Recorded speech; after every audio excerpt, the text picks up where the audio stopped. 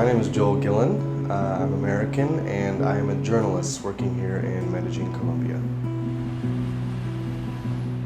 As a journalist, I am writing stories about what's going on here in Colombia, focusing mostly on the conflict and on relations between Colombia and the US. So lots of reading, research, writing, interviews.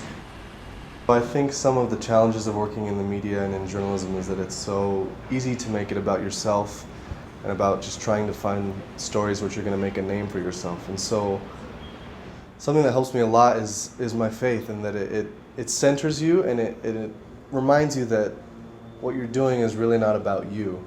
You know, it's about other people, it's about serving others. And so I shouldn't be looking at stories that are just going to help me in my career, but are really about helping the people in the stories and about helping the society that I'm in and the people I'm trying to inform.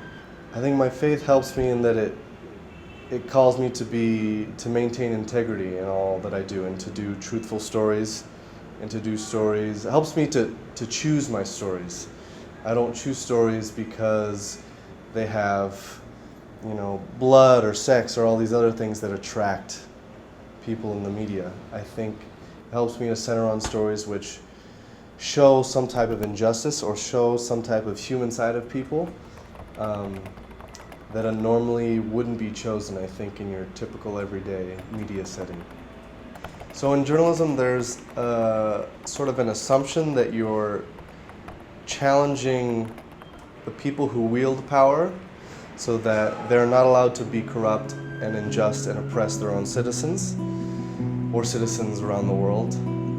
And this is something that I read a lot in the Old Testament and the prophets, talking about the corrupt rulers oppressing the poor. And so I sort of see journalism as a way of going back to some of what the prophets in the Old Testament were doing.